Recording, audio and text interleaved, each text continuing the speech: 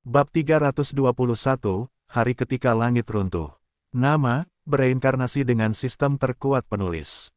Plus mematikan mengatur ulang. Raja Nu berdiri di benteng pertahanan sambil menatap medan perang.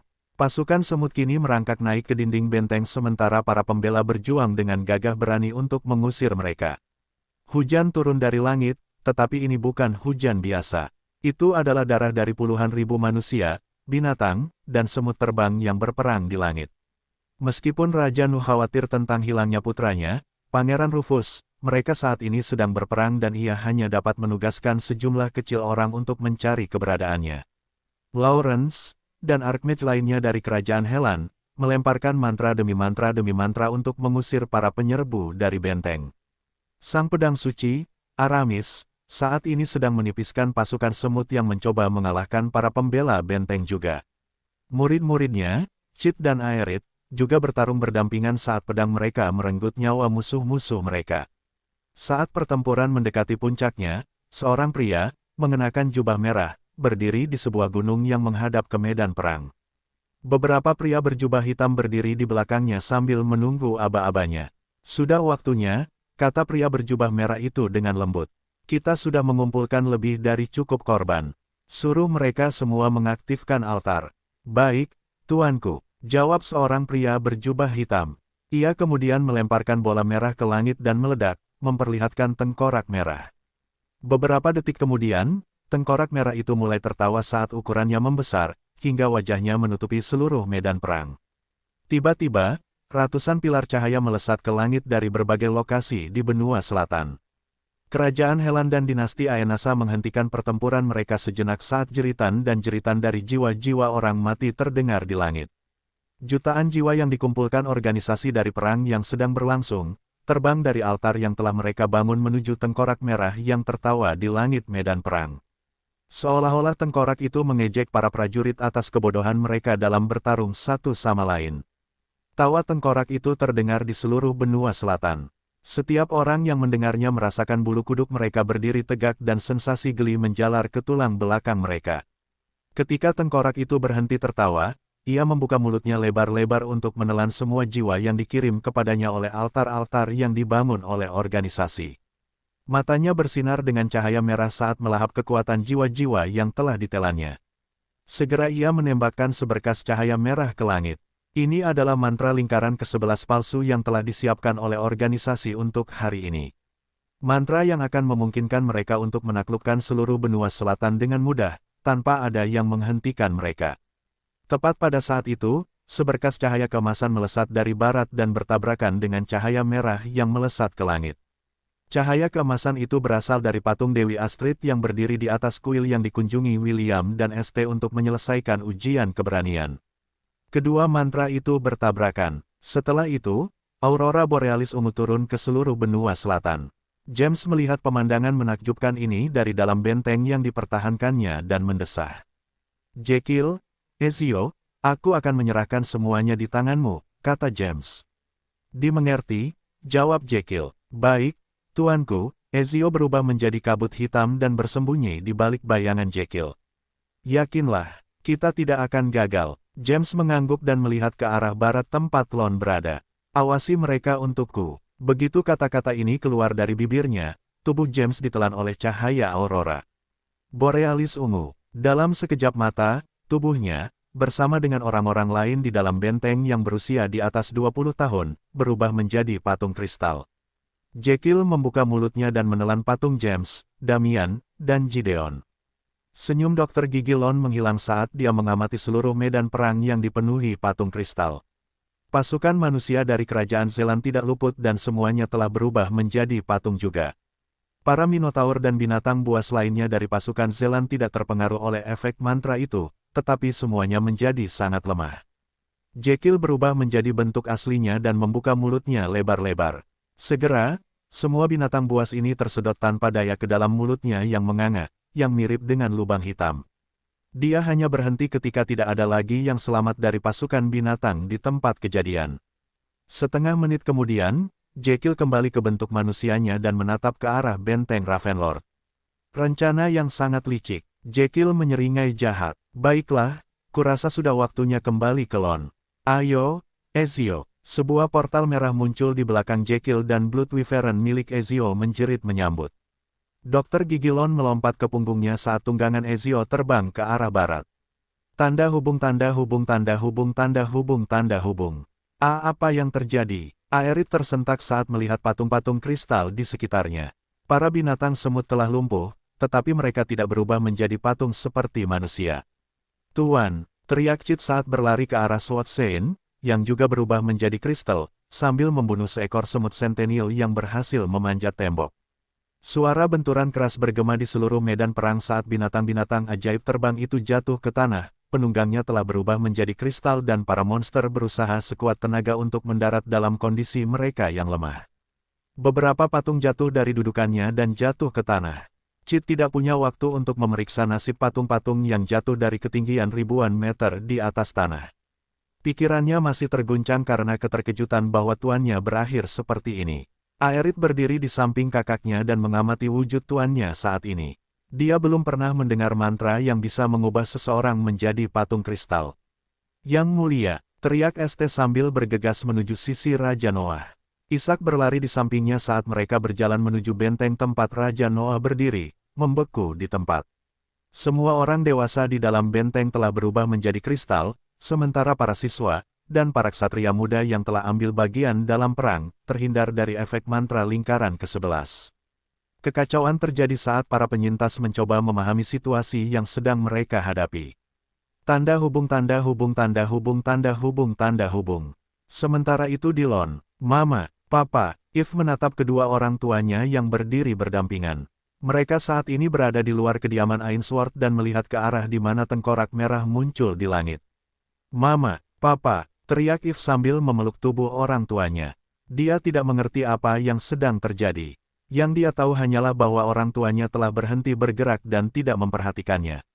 Wah, Mama, Papa, air mata mulai mengalir di sisi wajah Eve saat dia memanggil Mama dan Papanya. Sangat disayangkan bahwa, tidak peduli seberapa besar Mordred dan Anna mencintai gadis kecil mereka, mereka tidak dapat mendengar panggilannya karena mereka telah berubah menjadi patung kristal. Mereka tidak dapat menghapus air mata di wajah putri mereka, dan mengatakan kepadanya bahwa semuanya akan baik-baik saja. Ratapan sedih Eve bergema di dalam kediaman Ainsworth. Tangisannya yang menyakitkan tidak berhenti saat dia memegang erat patung Anna. Ini juga menandai dimulainya hari-hari tergelap yang pernah dilihat. Benua Selatan selama 1000 tahun terakhir. Takam melirik daratan dari puncak pegunungan Kirintor. Dia duduk di singgasananya sambil mengamati wilayah kekuasaannya. Pikirannya kembali ke saat dia bertemu dengan Half-Elf dan bertukar beberapa patah kata dengannya. Bertahanlah dalam perang dulu, Demigod menggumamkan kata-kata yang pernah dia katakan kepada William beberapa minggu lalu.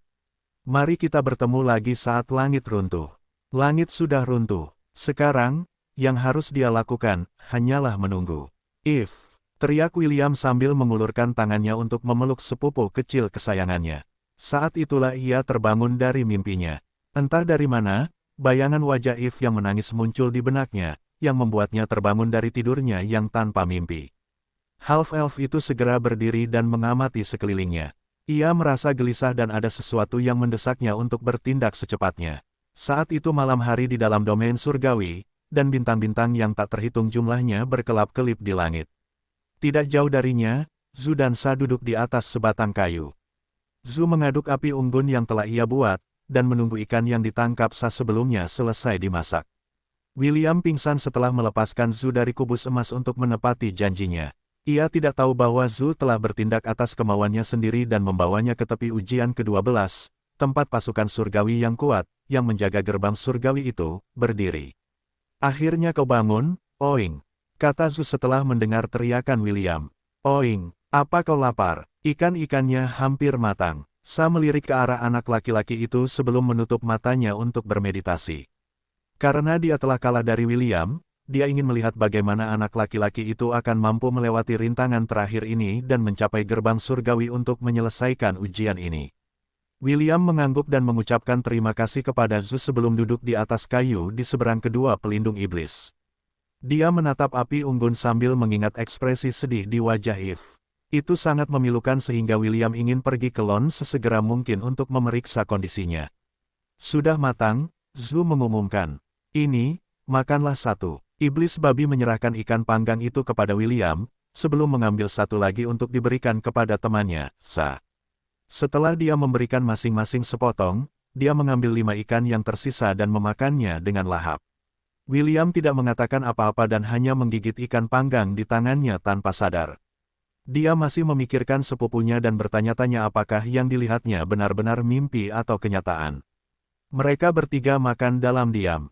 Hanya suara api unggun yang berderak dan suara kunyahan Zhu yang terdengar di dalam perkemahan kecil mereka. Setengah jam kemudian, William mengangkat kepalanya untuk melihat iblis babi yang saat ini sedang merokok di pipa. Berdasarkan lingkungan sekitar, Half-Elf menyadari bahwa mereka tidak lagi berada di padang pasir tempat mereka bertarung sebelumnya. Seolah membaca pikirannya, Zhu melepaskan pipa dari bibirnya dan mengembuskan asap ke arah bocah berambut merah itu. Saat ini kita berada di batas gerbang surgawi. Oing, kata Zhu, kau lihat kuil kecil di sana. Itu adalah gerbang teleportasi yang akan membawamu ke Padang Elysian, itu juga merupakan medan pertempuran terakhir yang harus Anda atasi untuk dapat meninggalkan domain surgawi. Terima kasih atas informasinya, tetapi bisakah kau memberitahuku lebih banyak? Tanya William. Aku perhatikan bahwa kesulitan setiap ujian bertambah semakin dekat dengan gerbang surgawi. Sejujurnya, jika aku tidak menggunakan trik licik, aku tidak akan bisa mengalahkan kalian berdua. Seperti apa ujian terakhirnya? Zhu melirik Sa yang sedang bermeditasi di belakangnya dan menepuk bahu iblis pasir. Sa mendesah saat membuka matanya untuk melihat William. Ujian terakhir adalah menemukan cara untuk mencapai gerbang surgawi yang dilindungi oleh pasukan surgawi. Ingat, pasukan ini berjumlah jutaan. Jika kau tidak memiliki trik yang memungkinkanmu menyelinap melalui gerbang surgawi tanpa diketahui, kau tidak punya pilihan selain berjuang melewatinya. William mengerutkan kening saat merenungkan kesulitan misi terakhirnya. Dia sudah merumuskan rencana dalam benaknya, tetapi dia tidak tahu apakah rencana itu bisa diterapkan. Satu-satunya metode yang bisa dia gunakan adalah keterampilan yang telah dipelajarinya di kelas pekerjaan gembala tembakan cepat. Dia telah mencoba mengaktifkan skill Avatar Pahlawan berkali-kali selama masa percobaannya, tetapi tidak ada pahlawan abadi yang tampak tertarik untuk membantunya. Merasa gelisah, William berjalan menuju kuil yang akan membawanya ke Padang Elysian. Namun, dia tidak langsung memasukinya. Dia duduk bersila di depannya dan bermeditasi. William akan menunggu hingga pagi sebelum memasuki kuil saat kekuatan mentalnya telah mencapai puncaknya. Zhu dan Sa mengawasinya dari kejauhan. Mereka telah berdiskusi selama perjalanan mereka, sambil menggendong William yang sedang tidur, bahwa mereka akan pergi bersama bocah itu ke Padang Elysian untuk melihat bagaimana dia akan menghadapi pasukan surgawi. Mereka ingin melihat, dengan mata kepala mereka sendiri, apakah bocah yang telah mengalahkan mereka berdua akan mampu menciptakan keajaiban. Tanda hubung tanda hubung tanda hubung tanda hubung tanda hubung. Apakah dia memiliki peluang untuk menang tanpa pahlawan-pahlawan yang turun tangan untuk membantunya? Tanya Lily. David memainkan janggutnya saat dia melihat bocah yang sedang bermeditasi dari istananya. Entahlah, meskipun aku percaya pada William, peluangnya untuk berhasil dalam ujian ini tanpa campur tangan dari luar sangatlah kecil. Lily mengangguk sebelum menatap Issei, yang duduk di sebelahnya. Bagaimana denganmu? Menurutmu, apakah dia akan mampu menyelesaikan ujian ini? Bahkan jika dia mampu menggunakan kekuatan kedua dewa kita, peluangnya sangat kecil, jawab Issei. Saat ini, dia hanya bisa menggunakan kekuatan dewa kita dan kelas gembalanya. Aku yakin David ingin dia menjelajahi dan bereksperimen dengan teknik-teknik baru dengan hanya mengandalkan kemampuan yang kita berikan padanya. Lily mengangguk dan diam-diam melirik David sebelum berbisik di telinga Issei. Haruskah kita berusaha keras dan menyuap salah satu pahlawan abadi itu untuk menjadi roh pahlawan William? Kau tidak seharusnya melakukan itu, tegur David pada Loli yang duduk di sebelahnya. Karma juga berperan dalam takdir seseorang. Aku percaya tekad William akan mampu mencapai wali yang ditakdirkan untuknya. Biarkan takdir memainkan jalannya. Intervensi yang kuat mungkin akan menghasilkan hasil yang tidak diinginkan oleh kita semua. Lily mendesah dan menyingkirkan idenya. David benar, karma juga berperan dalam takdir seseorang. Ia hanya berharap karma yang telah dikumpulkan William di kehidupan sebelumnya akan cukup untuk menggerakkan hati para prajurit abadi yang saat ini sedang mengawasi persidangannya. Tanda hubung tanda hubung tanda hubung tanda hubung tanda hubung tanda hubung. Beberapa menit sebelum matahari terbit, William membuka matanya dan dengan hati-hati berdiri dari tanah. Ia melakukan peregangan ringan dan memanggil tongkat kayu di tangannya. Setelah menarik napas dalam-dalam, ia menyentuh kuil di depannya. Sebuah riak kecil muncul di tempat tangannya mendarat. Tak lama kemudian tubuh William tersedot ke dalam kuil. Melihat bahwa anak laki-laki itu telah pergi untuk menjalani persidangannya, Zhu dan Sa bergegas menuju kuil. "Kakak, ayo pergi." "Oing," kata Zhu. "Sudah lama sejak terakhir kali aku melihat pasukan surgawi. Tanganku mulai gatal." "Memem," Sa bergumam sambil meletakkan tangannya di atas kuil. Tanda hubung tanda hubung tanda hubung tanda hubung tanda hubung tanda hubung. William berdiri di dataran yang luas. Di depannya ada gunung yang menjulang tinggi dengan ribuan bendera berkibar di udara. Jutaan prajurit menatapnya dengan tatapan tenang. Mereka adalah prajurit yang melindungi gerbang surgawi dari siapapun yang berani mencoba meninggalkan wilayah itu.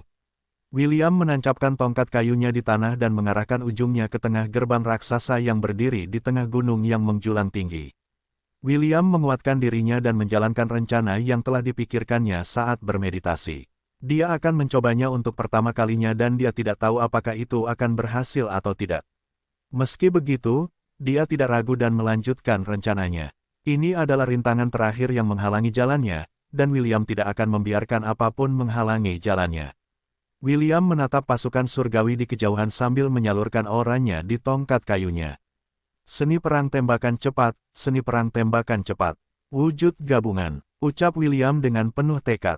"Blitzer Railgun." Tubuh William menyatu dengan tongkat kayu itu, sebelum melesat ke tengah gerbang surgawi dengan kecepatan yang menembus batas suara. Para prajurit surgawi yang ditempatkan sejauh 1 kilometer dari gerbang surgawi benar-benar terkejut oleh gerakan tak terduga William sehingga mereka tidak dapat melakukan apapun untuk menghentikannya. Ketika William hanya berjarak 100 meter dari gerbang surgawi, beberapa prajurit surgawi yang mengenakan baju besi abu-abu terbang ke udara dan bertabrakan dengannya. Sebuah tepukan keras terjadi dan para ksatria abu-abu terdorong mundur oleh tabrakan itu, membuat mereka terpental ke berbagai arah.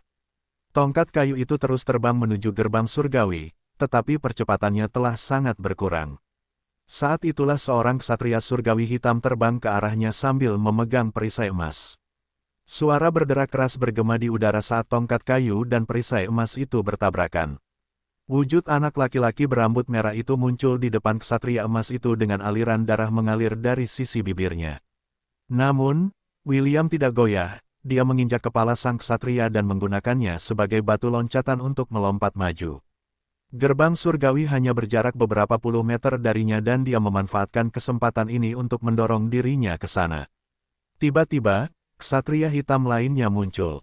Kali ini, ukurannya membesar seperti raksasa dan menggunakan tangannya untuk memukul half-elf itu seperti lalat. Saat tangan itu turun, William mengangkat tongkatnya untuk menghadapinya secara langsung. Magnum Burst. William meraung saat dia mengeksekusi keterampilan multiguna pertama yang dia gunakan sejak dia memperoleh kelas pekerjaan gembala. Tongkat kayu kecil itu meniadakan kekuatan tangan itu dan mendorongnya kembali, bersama dengan ksatria raksasa, karena efek pukulan baliknya. 3, 2, William menghitung dalam hatinya. 1. William mengarahkan tongkat kayunya ke gerbang dan berdoa agar dia berhasil tepat waktu. Quickshot War Art, Fusion Form, teriak William dalam hati. Blitzer Railgah. Seorang Crimson Knight tiba-tiba muncul di hadapan William dan melepaskan Battle Aura yang menyebabkan hembusan angin kencang yang menerbangkan William, melukainya, dan mencegahnya menyelesaikan gerakannya. Crimson Knight kemudian menghunus pedangnya dan terbang ke arah William.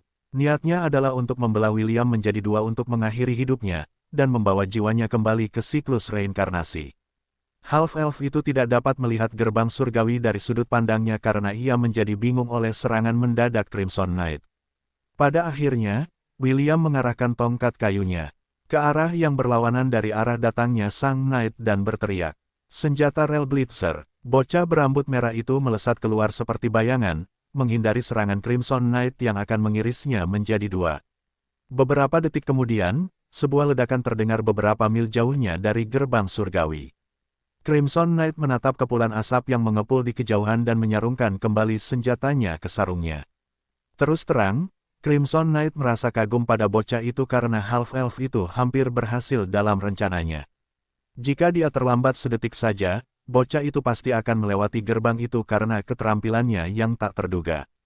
Tanda hubung tanda hubung tanda hubung tanda hubung.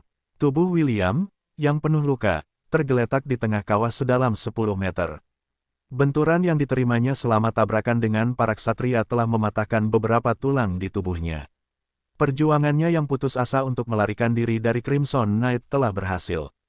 Namun, luka-luka yang dideritanya saat pendaratan darurat memperburuk luka-luka itu. Saat ini, William lumpuh karena tulang belakangnya mengalami cedera yang signifikan akibat kekuatan pendaratannya. Untungnya tulang belakangnya tidak patah, tetapi saat ini dia dalam kondisi yang sangat buruk. William memejamkan matanya, tetapi inderanya masih aktif. Saat itulah dia merasakan dua sosok yang dikenalnya mendekatinya, yang membuatnya menghela napas lega. "Oing, kamu masih hidup, nak?" tanya Zhu sambil menepuk wajah William dengan tangannya. Kurasa anak itu sudah mati. Bolehkah aku memakannya?" William tidak bisa mengangkat tangannya, tetapi dia masih berhasil mengangkat jari tengahnya untuk membuktikan bahwa dia masih hidup. Zhu berpura-pura tidak melihat usaha anak yang terluka itu untuk mencegah dirinya dimakan. Di sisi lain, hanya menggelengkan kepalanya dan duduk di samping anak yang terjatuh itu. "Kamu hampir berhasil, nak," kata Sa. Suaranya dipenuhi rasa hormat dan kekaguman karena ini adalah pertama kalinya dia melihat seseorang hampir menyelesaikan ujian dalam waktu kurang dari 1 menit. William mendesah dalam hati saat dia menahan rasa sakit yang menyiksa tubuhnya. Anak laki-laki berambut merah itu sudah tidak asing lagi dengan rasa sakit. Dia telah menderita berkali-kali di masa lalu dan rasa sakit yang dia rasakan sekarang sudah menjadi sifatnya.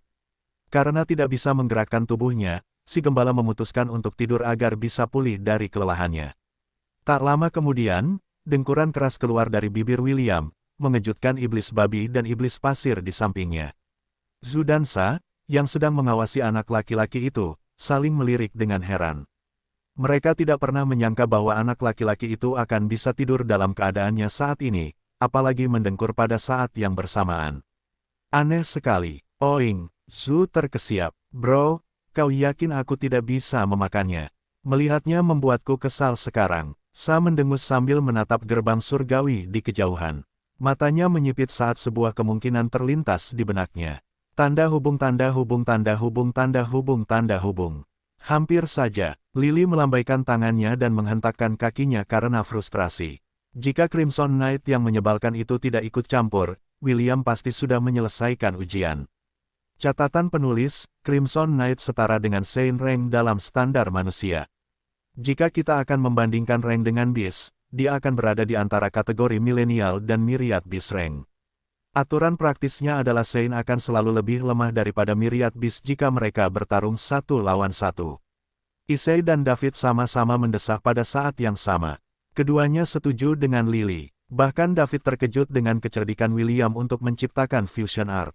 Pada dasarnya, Quickshot Severed Job Class memungkinkan William untuk menciptakan skillnya sendiri, selama skill tersebut masih dalam lingkup keterbatasannya. Skill pertama yang diciptakan William ketika dia mengalahkan Second Trial adalah Quickshot War Art. Skill ini terinspirasi dari berbagai war art yang termasuk dalam martial class. Karena skill ini dapat diterima, hukum Heavenly Trial menyetujuinya.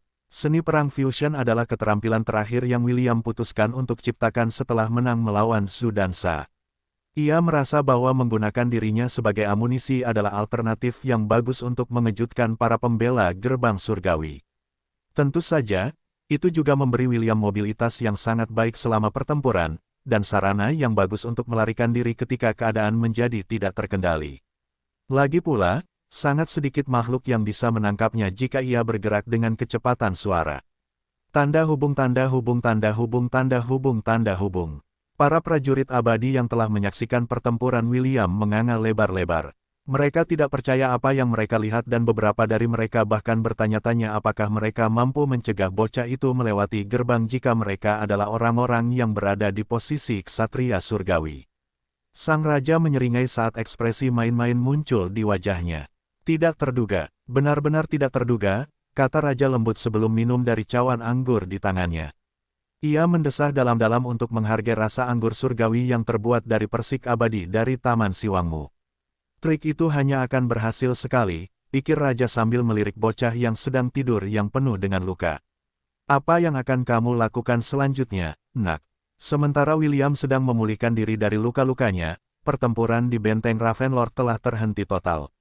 Sementara para siswa dan para kesatria muda sibuk mencoba memahami apa yang baru saja terjadi, pria berjubah merah, yang sedang menonton adegan ini, mengerutkan kening.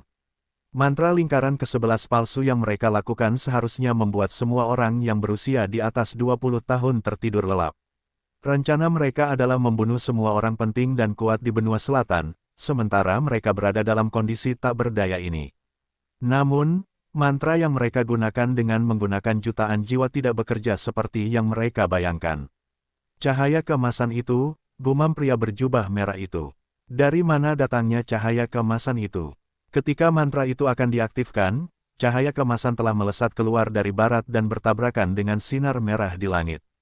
Pemimpin organisasi yang mengelola benua selatan tahu bahwa cahaya keemasan itu bertanggung jawab untuk mengubah sifat-sifat mantra yang telah mereka kerjakan selama bertahun-tahun. Pria berjubah merah itu telah menerima laporan dari bawahannya bahwa tokoh-tokoh penting yang telah mereka rencanakan untuk dibunuh tidak dapat dibunuh karena patung-patung kristal itu tidak dapat ditembus. Tidak ada bentuk senjata, atau sihir, yang dapat menghancurkannya, membuat para pembunuh tidak berdaya dalam menyelesaikan misi mereka. Pria berjubah merah itu merenung sejenak sebelum memberikan perintahnya. Amankan patung kristal Raja Helan, bersama dengan para Archmage, dan para bangsawan tingkat tinggi, perintah pria berjubah merah itu. Juga, tangkap Putri Frisia. Putra mahkota menginginkannya. Baik, tuanku. Tanda hubung tanda hubung tanda hubung tanda hubung tanda hubung tanda hubung. ST menatap patung kristal raja dengan ekspresi putus asa di wajahnya. Para siswa kelas 4 dari divisi sihir dan roh telah mencoba untuk membatalkan mantra yang telah mengubah raja menjadi patung, tetapi tidak ada mantra mereka yang berhasil.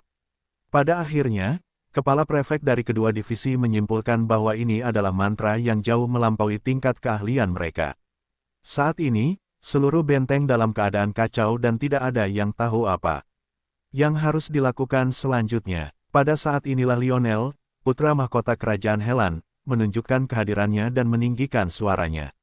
Semuanya tenang, perintah Pangeran Lionel. Jangan panik. Untuk saat ini, rawat yang terluka dan mereka yang dalam kondisi kritis. Mereka adalah prioritas kami. Tidak ada yang bisa kami lakukan untuk orang-orang yang telah berubah menjadi patung. Untuk saat ini, fokuslah pada yang hidup. ST, merasakan darahnya mendidih ketika mendengar kata-kata, fokuslah pada yang hidup. Seolah-olah Pangeran Lionel telah menyatakan bahwa mereka yang telah berubah menjadi patung sudah mati dan tidak dapat diselamatkan. Ishak buru-buru meraih bahu ST dan menggelengkan kepalanya. Tenanglah, Tuan Muda, kata Ishak. Sekarang bukan saatnya untuk konflik internal. Raja aman, setidaknya untuk saat ini. Tidak perlu berdebat dengan putra mahkota. ST memejamkan mata dan dengan paksa menahan emosinya. Ia menarik napas dalam-dalam beberapa kali untuk menenangkan sarafnya. Kau benar, Ishak, jawab ST setelah amarahnya mereda. Mari kita bantu yang lain dulu. Baik, Tuan Muda. Ishak mengangguk. Keduanya hendak menolong para siswa dan ksatria kerajaan yang terluka ketika mereka melihat putri ketiga berjalan ke arah mereka dengan para pelayannya mengikuti di belakangnya. Bagaimana keadaan Raja? Tanya Putri Sidoni. ST menggelengkan kepalanya dan menatap sang putri dengan penuh permintaan maaf. Raja sedang dikutuk. Saat ini, tidak ada satupun siswa di sini yang mampu membatalkan kutukannya. Begitu, Putri Sidoni menganggukkan kepalanya. Ia hendak mengajukan beberapa pertanyaan lagi ketika sebuah suara yang dikenalnya memanggilnya dari belakang. Putri, aku senang kau selamat, kata Pangeran Lionel sambil tersenyum. Akan lebih baik jika kau tetap di sampingku untuk saat ini. Para kesatria setiamu telah berubah menjadi patung kristal dan saat ini kami kekurangan staf. Aku akan dengan senang hati memastikan keselamatanmu, sementara kami mencoba menemukan cara untuk menghilangkan kutukan yang menimpa rakyat kami. Putri Sidoni menatap pemuda tampan itu, tetapi dia tidak bergerak ke arah putra mahkota. Sebaliknya, dia berjalan ke arah Priscilla yang sedang memerintahkan para anggota penguasa perang Angorian untuk berkumpul kembali. Wakil Komandan, apakah tidak apa-apa jika aku menyerahkan keselamatanku di tanganmu? Putri Sidoni bertanya sambil membungkuk ringan. Dia tidak menyukai putra mahkota kerajaan Helan karena dia tidak mempercayainya. Hanya memikirkan untuk tetap berada di sisinya saja sudah membuat kulitnya merinding. Priscilla mengangguk dan tersenyum manis kepada sang putri. Tentu saja, Yang Mulia. Para kesatria Amorian akan memastikan keselamatanmu. Terima kasih, Wakil Komandan. Putri Sidoni membungkuk. Saya akan berada dalam perawatan Anda mulai sekarang. Pangeran Lionel menyaksikan percakapan ini sambil tersenyum, tetapi dia tidak terlalu memikirkannya. Sekarang setelah pengawal Putri Sidoni tidak ada lagi, tidak ada seorang pun di kerajaan yang bisa menyelamatkannya darinya. Para ksatria Amorian adalah para ksatria kerajaan Helan. Karena itu, mereka akan menerima perintah darinya. Kau boleh berjuang semampumu, putriku tercinta, tetapi itu tidak akan mengubah fakta bahwa kau tidak bisa lepas dari genggamanku, pikir Pangeran Lionel. Organisasi itu telah berjanji kepadanya bahwa mereka akan mengamankan sang putri untuknya apapun yang terjadi. Hal ini saja sudah membuat Pangeran Lionel yakin bahwa Putri Sidoni tidak akan bisa meninggalkan kerajaan Helan di bawah pengawasan mereka. Tanda hubung tanda hubung tanda hubung tanda hubung tanda hubung tanda hubung. Sementara itu di Laut Benua Selatan. Maju, perintah Elandor, Komandan Resimen Peri. Waktunya telah tiba untuk menaklukkan. Berangkatlah ke daratan benua selatan. Para peri bersorak saat mereka melaksanakan perintah komandan mereka. Putri ke-11, yang telah bergabung dalam ekspedisi ini, duduk di singgasana daruratnya dan mengamati daratan yang akan mereka taklukkan. Kilatan antisipasi muncul di mata hijau mudanya saat dia membayangkan bendera tanah air mereka dikibarkan di tanah asing. Dia dikirim oleh ayahnya untuk mengawasi misi tersebut, tetapi raja tidak memerintahkannya untuk ikut serta dalam invasi benua selatan. Putri peri hanya ada di sana sebagai penonton. Dia tidak memiliki wewenang untuk memimpin pasukan peri yang terdiri dari para jenius dari berbagai klan benua bulan perak. Meski begitu, dia tetaplah seorang putri dan para peri tetap menghormatinya. Bahkan Elandor, yang diam-diam ingin menjadi pasangan hidupnya, sangat sopan padanya setiap kali mereka berdua bertukar kata. Hampir bersamaan dengan armada elf yang bergerak maju, armada Laut Kraetorian juga berangkat menuju tanah selatan. Jason, komandan armada Kraetorian, menyeringai sambil melirik armada elf. Ia sangat tergoda untuk menguji keberanian para elf, tetapi ia tahu bahwa misinya lebih penting. Armada Kraetor dan armada elf berpisah. Mereka tidak akan menuju tujuan yang sama, tetapi Elandor dan Jason tahu bahwa ini hanyalah awal dari pertempuran yang akan segera terjadi. Mereka memiliki perjanjian tidak tertulis bahwa mereka akan menyelesaikan perbedaan mereka setelah menduduki tanah benua selatan. Hanya setelah mereka mengamankan wilayah masing-masing, mereka akan saling berhadapan untuk melihat siapa yang lebih mampu di antara mereka berdua. Bagi Elandor dan Jason, tidak ada seorang pun di benua selatan yang dapat menandingi mereka. Bahkan organisasi yang tanpa sadar telah menyiapkan skenario luar biasa ini untuk tamu tak diundang yang datang dari negeri jauh 1 jam setelah orang dewasa berubah menjadi patung kristal. Tanda penerimaan mulai terlihat di antara para penyintas di benteng Ravenlord. Yang terluka telah dirawat, dan semua orang menunggu perintah dari putra mahkota Lionel. Karena raja dan jenderal besar sedang tidak bertugas, dialah perwira tertinggi di dalam benteng. Tentu saja Pangeran Lionel berusaha sebaik mungkin untuk membuat dirinya terlihat baik di depan para prajurit, dan yang terpenting, di depan Putri Sidoni. Akan tetapi, sang putri tetap acuh tak acuh terhadap rayuannya untuk menjaga keselamatannya sendiri. Putri Sidoni tetap dekat dengan Priscilla dan tetap bersama para ksatria penguasa perang Amorian, yang membuat putra mahkota sangat kesal. Sementara dia masih memikirkan cara untuk mendapatkan sang putri, anggota The Organization yang berjubah hitam muncul di benteng. Kami adalah ordo khusus yang bekerja langsung di bawah raja, salah satu pria berjubah hitam mengumumkan saat mereka memasuki benteng. Kami datang untuk mengambil alih raja dan anggota penting kerajaan lainnya. Pria berjubah hitam itu melepaskan tudung yang menutupi wajahnya. Pangeran Lionel mengenali pria itu karena dialah yang bertindak sebagai perantara antara dirinya dan The Organization. Tuan Kalum, Anda akhirnya di sini. Pangeran Lionel menyapa pria itu dan berjalan ke arahnya. Anda di sini untuk memastikan keselamatan raja dan para bangsawan agung kerajaan. Ya, Yang Mulia, baiklah, saya akan menyerahkan ayah saya di tangan Anda. Terima kasih, Yang Mulia, jawab Kalum sebelum memberi isyarat. Bawa raja dan para bangsawan lainnya. Kami akan membawa mereka kembali ke ibu kota. Lebih dari 100 pria berjubah hitam berhamburan ke berbagai arah untuk melaksanakan perintah Kalum. ST mengerutkan kening, tetapi dia tidak melakukan apapun untuk mencegah kelompok tak dikenal itu melakukan tugas mereka. Meskipun dia tidak menyukai putra mahkota, keselamatan raja adalah prioritas utamanya. Selain itu, satu tatapan saja sudah cukup untuk memberitahunya bahwa Pangeran Lionel mengenal pria bernama Kalum itu. Meskipun dia masih merasa tidak nyaman, tidak ada yang bisa dia lakukan dalam situasi saat ini. Pangeran Lionel kemudian menyeret Kalum ke samping dan keduanya mendiskusikan sesuatu. Kedua lelaki itu sesekali melirik ke arah Putri Frisia sembari melanjutkan obrolan mereka.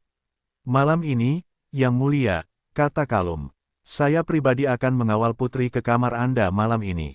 Bagus, jawab Pangeran Lionel sambil tersenyum. Pastikan dia tidak terluka sebisa mungkin. Kami akan berusaha sebaik mungkin, Yang Mulia. Namun, Putri Frisia memiliki kemampuan yang merepotkan ini. Itu pesonanya, kan? Pangeran Lionel menyadari bahwa Putri Sidoni memiliki tubuh yang istimewa.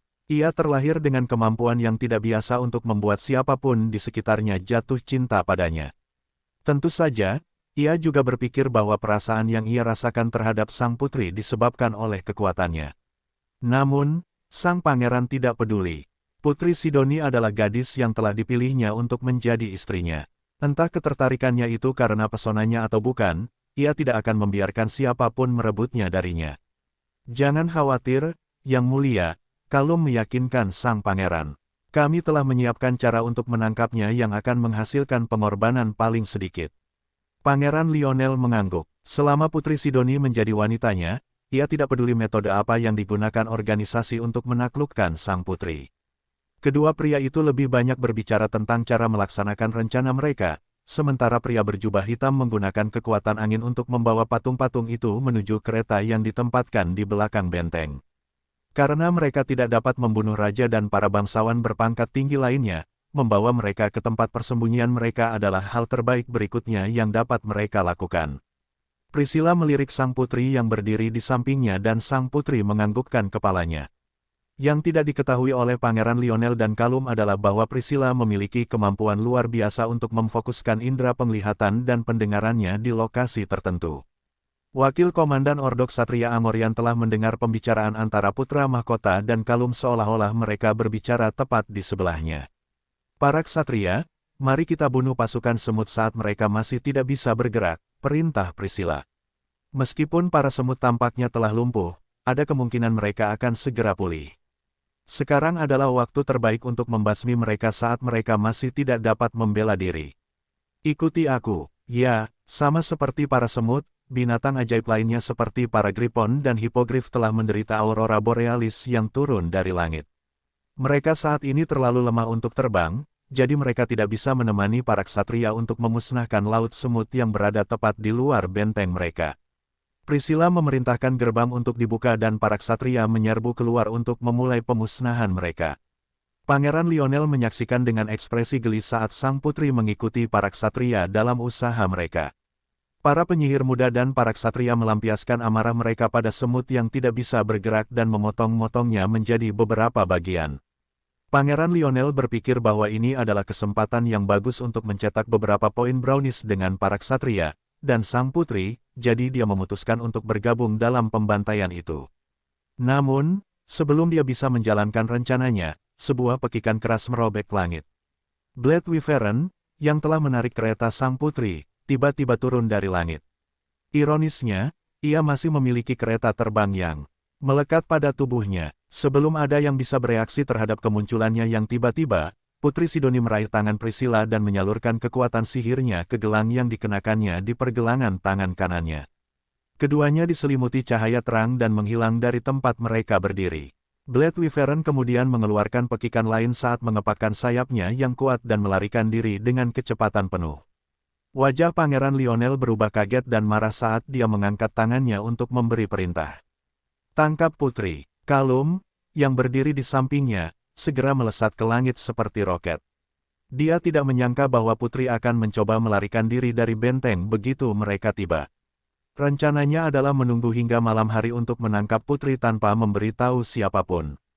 Meskipun dia adalah Win Battle Mage, dia tidak memiliki kemampuan untuk mengejar Blade Wyvern, yang dikenal sebagai salah satu binatang tercepat yang bisa terbang di langit.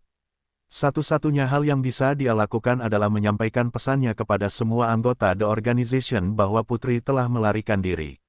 Pria berjubah merah itu menatap Wyvern yang melarikan diri di kejauhan sebelum menggelengkan kepalanya. Dasar bodoh, apa yang kalian pikir kalian lakukan?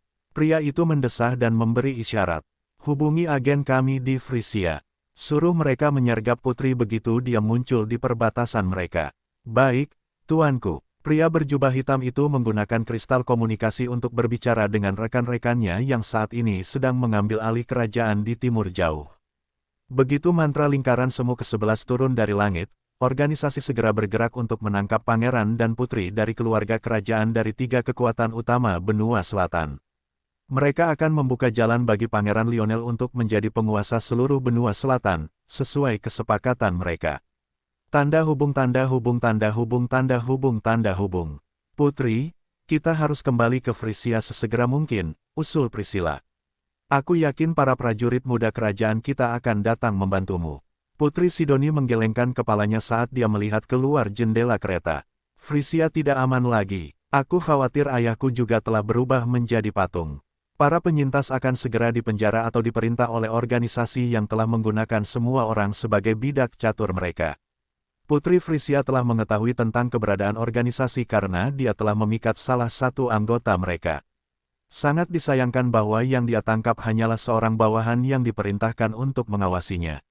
Meski begitu, informasi yang dia terima dari anggota yang memikat itu sudah cukup untuk memberitahunya betapa berbahayanya lawan-lawannya. Putri Sidoni dan Morgana tidak berniat jatuh ke tangan mereka. Lalu, kemana kita harus pergi? Tanya Priscilla. Putri Sidoni merenung sejenak sebelum menyampaikan niatnya kepada Blade Wyvern. Wyvern itu memekik setuju saat mengubah arahnya. Kita akan pergi ke dinasti Aenasa, jawab Putri Sidoni. Sekarang adalah waktu yang tepat untuk mengendalikan pasukan. Pasukan, Priscilla memiringkan kepalanya. Pada saat itulah kesadaran tiba-tiba menghantamnya dan tubuhnya menggigil tak terkendali. Putri, ketika Anda mengatakan pasukan, apakah Anda mungkin mengacu pada? Putri Sidoni tersenyum dan menganggukkan kepalanya. Saya selalu berpikir untuk melakukan ini di masa lalu, tetapi dengan kemampuan saya saat ini, itu mustahil. Namun, saat ini, kesempatan emas telah tiba. Jika saya tidak menggunakan ini untuk keuntungan saya, maka saya akan menjadi orang bodoh. Morgana, yang berada di dalam pikiran Putri Sidoni, menganggukkan kepalanya. Kurang dari jadi bagaimana jika mereka berhasil mengambil alih kerajaan manusia. Mereka tidak akan mampu mempertahankannya dengan tenaga.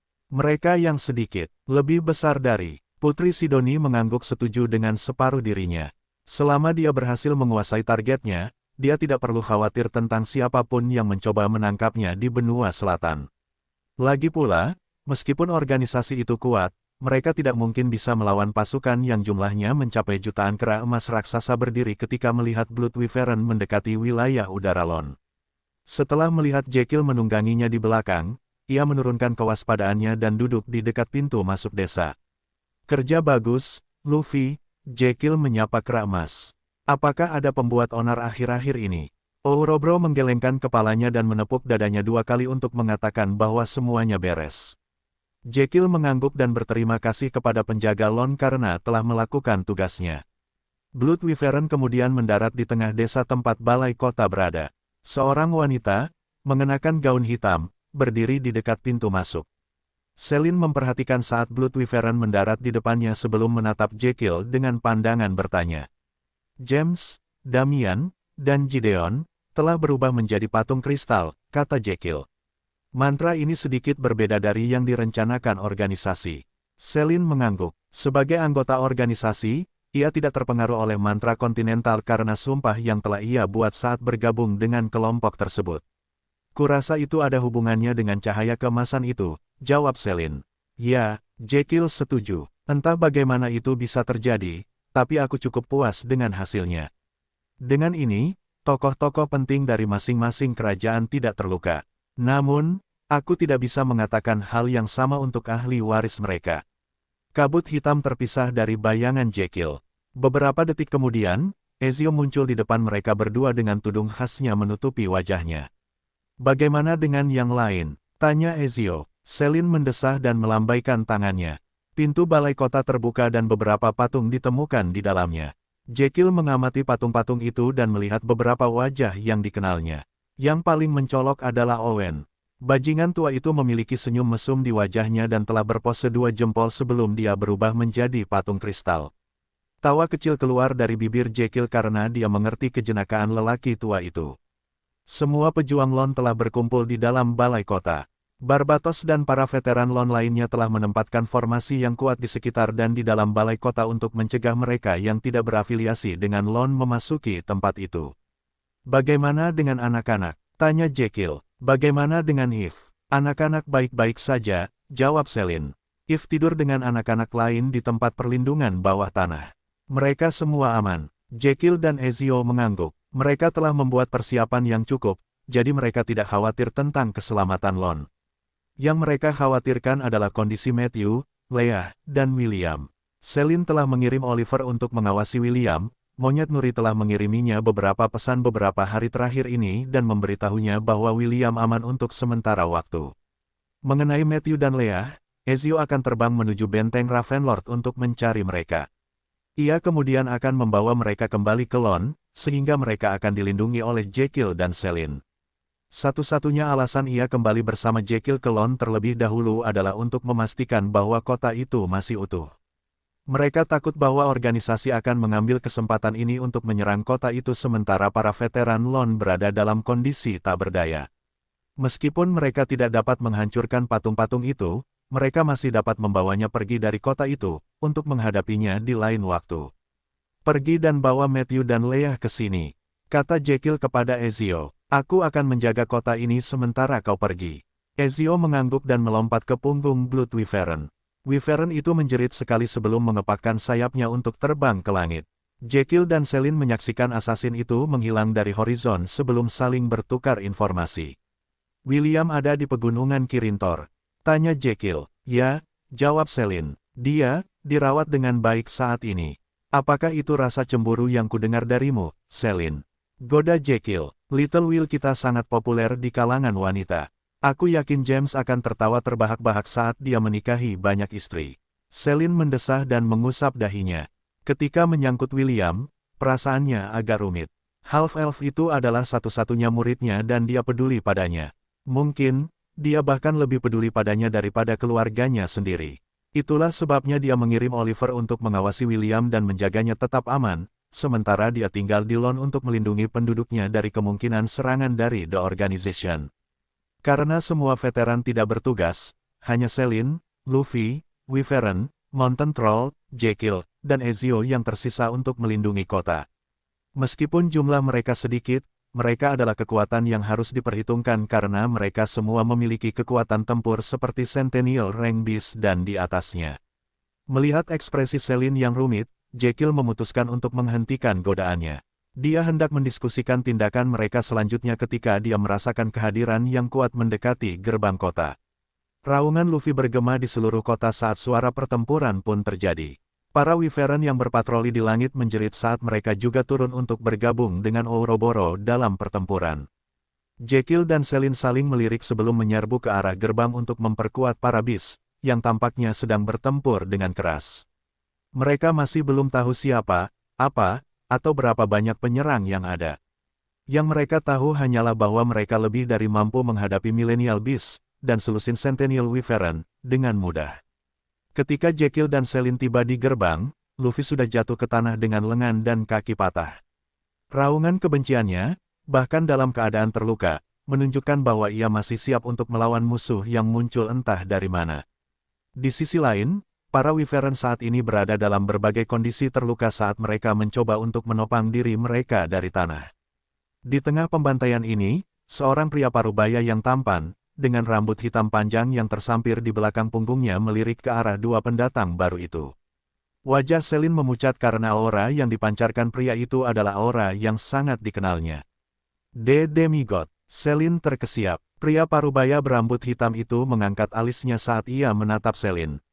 Ia menatapnya dari kepala hingga kaki sebelum mengalihkan pandangannya ke Dokter Gigi Lon yang melotot ke arahnya.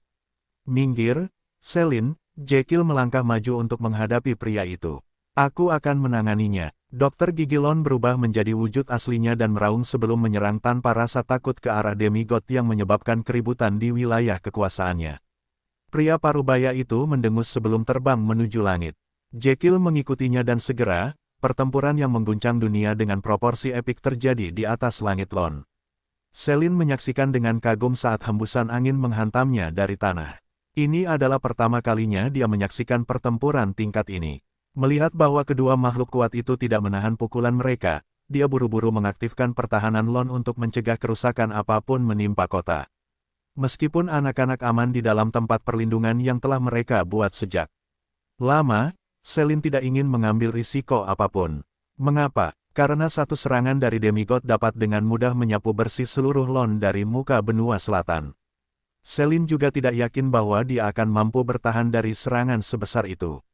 Saat ini, satu-satunya hal yang dapat berdiri tegak di antara kehancuran total dan kelangsungan hidup, terletak di tangan Dokter Gigi Lon, yang selalu tersenyum awan gelap menggantung di atas wilayah surgawi saat William memandang gerbang raksasa di kejauhan. Beberapa hari telah berlalu sejak upaya pertamanya memasuki gerbang surgawi, dan luka-lukanya kini telah pulih sepenuhnya. Ia tengah memikirkan cara untuk melewati para pembelanya. Setelah gagal pertama kali, ia tahu bahwa trik yang sama tidak akan berhasil dua kali. Pasukan surgawi kini menyadari kemampuannya, dan para komandan ksatria surgawi telah berkumpul di dekat gerbang. Zhu dan Sa duduk di samping William sembari menyantap beberapa ikan bakar yang mereka tangkap di sungai terdekat. Mereka tengah menunggu upaya kedua William untuk mencapai gerbang. Upaya pertama benar-benar mengejutkan mereka, dan kekaguman mereka terhadap bocah itu pun meningkat ke tingkat yang lebih tinggi. Meski begitu, keduanya tahu bahwa bocah itu harus mencoba sesuatu yang baru jika ia ingin mengatasi rintangan yang menghalangi jalannya. Mata William menyipit saat ia melakukan beberapa perhitungan di dalam kepalanya. Terus terang, jika ksatria merah tua itu tidak muncul, ia pasti sudah menyelesaikan ujian itu. Namun, tidak ada gunanya menangisi susu yang tumpah, dan William bukanlah tipe orang yang akan merenungkan kemalangan ini untuk waktu yang lama. Zhu, bukankah ujian ini tidak masuk akal? Tanya William, apakah ada yang pernah menyelesaikan ujian ini di masa lalu? Zhu hendak mengatakan bahwa ujian itu memang mustahil untuk diselesaikan, tetapi sebuah gambaran muncul di dalam benaknya. Seorang pembuat onar yang kuat yang menentang kehendak surga pernah menantang tentara surgawi sendirian dan benar-benar menang. Ini adalah kisah ribuan tahun yang lalu ketika dia masih menjadi kapten di tentara surgawi. Butuh waktu 1000 tahun baginya untuk naik ke pangkat jenderal, hanya untuk diasingkan dalam tahun ke-300 pengabdiannya kepada Kaisar Giok. Oing, ada satu orang yang menyelesaikannya di masa lalu, kata Zhu dengan kekaguman yang tak tersamar. Dia adalah orang yang tidak biasa yang melanggar semua aturan dunia. Sejak saat itu, tidak ada orang lain yang menyelesaikan ujian ini dan semua jiwa yang gagal dikirim ke siklus reinkarnasi. William terkejut karena dia tidak pernah berpikir bahwa sebenarnya ada orang yang berhasil menyelesaikan domain tersebut. Dia kemudian mencoba untuk mengorek informasi lebih lanjut dari Zhu, tetapi iblis babi tidak mengatakan lebih banyak tentang makhluk legendaris yang menantang tentara surgawi dan menang. Half-elf itu melihat ke arah gerbang dan mendesah. Dia kemudian menciptakan beberapa lollipop berwarna berbeda di tangannya.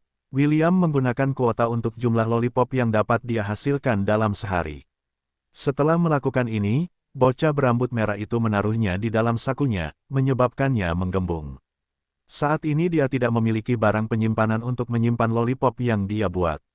Satu-satunya hal yang dapat dia lakukan adalah membawanya bersamanya. Sa, bolehkah aku meminta bantuanmu? Tanya William. Tergantung bantuan seperti apa yang kau inginkan, jawab Sa. Ia tidak menolak atau menerima pertanyaan yang diajukan William karena ia juga penasaran dengan apa yang akan dilakukan anak itu. William menyeringai saat menjelaskan rencana yang ada dalam benaknya. Jika memungkinkan, aku ingin kau. Setelah selesai mempersiapkan diri, William memanggil tongkatnya dan berjalan. Dengan susah payah, ia memasukkan permen lollipop coklat ke dalam mulutnya saat bersiap untuk bertarung. Pikirannya menjadi jernih begitu rasa coklat menyebar di dalam mulutnya. Rasa takut dan cemasnya juga berkurang drastis. Saat ini, William sedang dalam mode permainan terbaik. William berlari menuju gerbang surgawi menggunakan teknik gerakan yang telah ia latih berkali-kali di masa lalu. Ksatria surgawi terlemah yang menjaga gerbang adalah dari peringkat emas. Menurut Celine dan yang lainnya, peringkat William juga berada di peringkat emas. Namun, saat itu ia masih dalam pelatihan.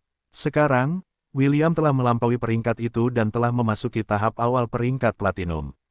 Ketika William hanya berjarak 1 mil dari gerbang surgawi, ratusan ksatria emas menyerbu ke arahnya. Beberapa dari mereka terbang, beberapa berlari, sementara yang lain membiarkan rekan-rekan mereka menyerang William sementara mereka bersiap untuk hal-hal yang tidak terduga. Mereka tidak bertarung sebagai petarung individu.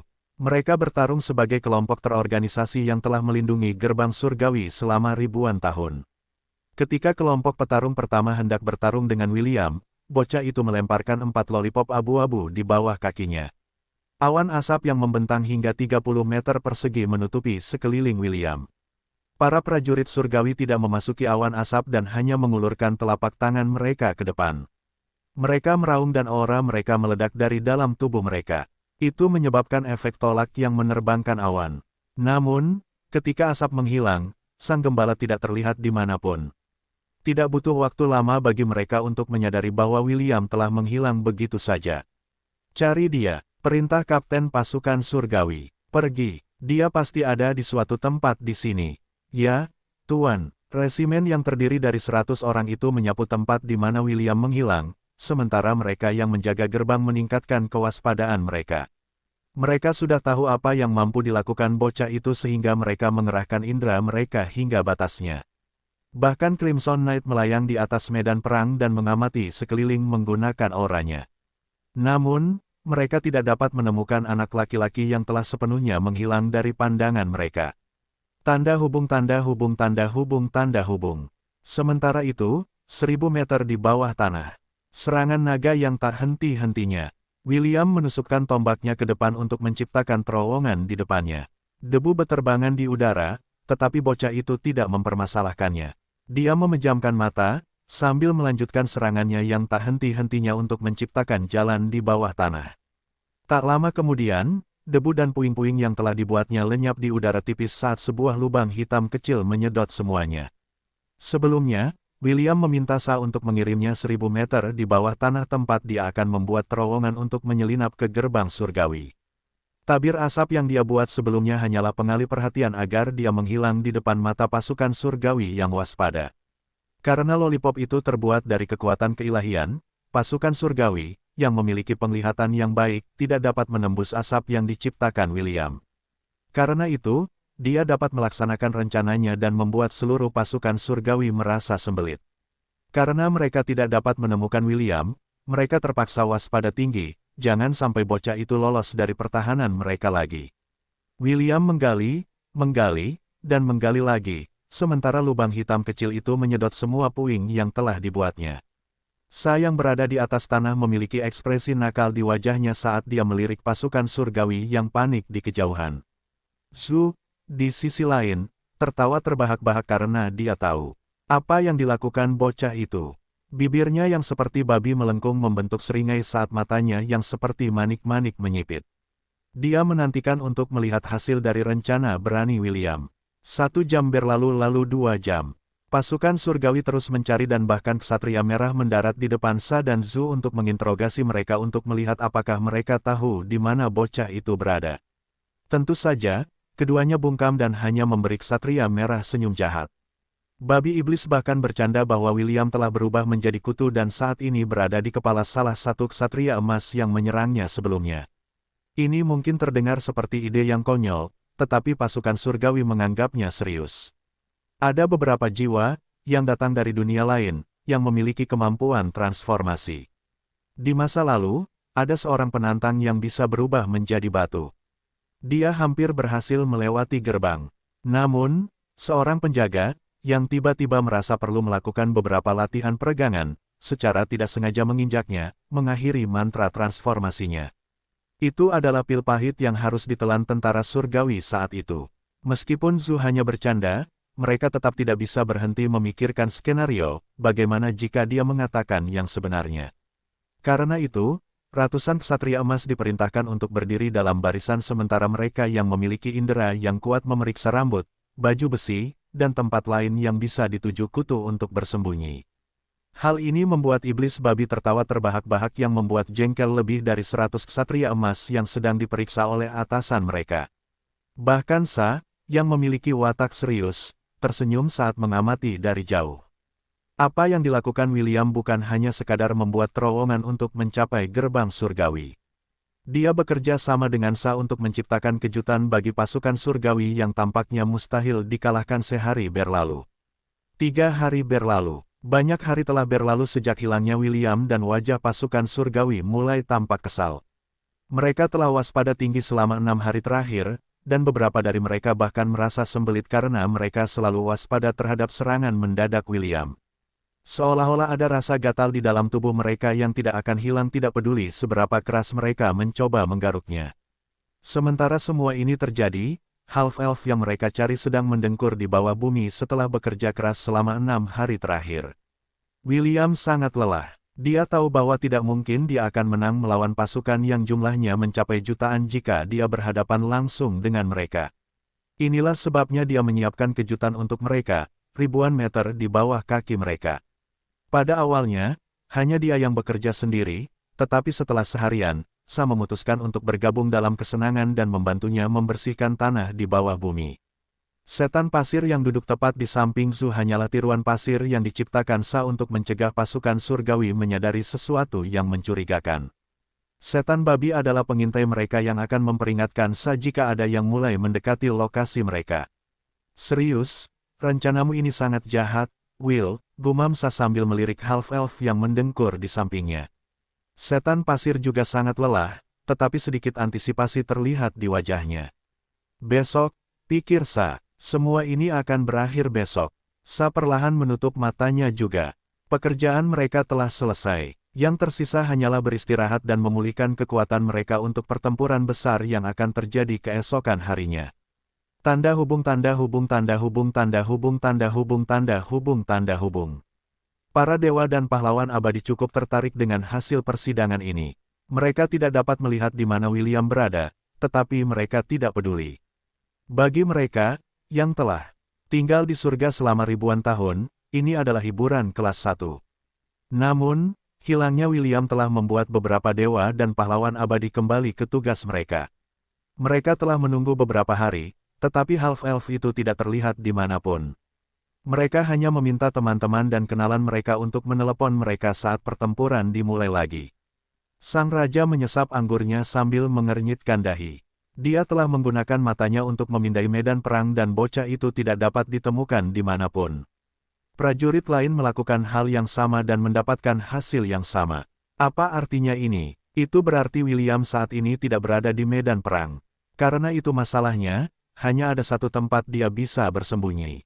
Tentu saja, jika raja dan prajurit abadi lainnya memikirkan hal ini, para dewa dan tentara surgawi juga memikirkannya.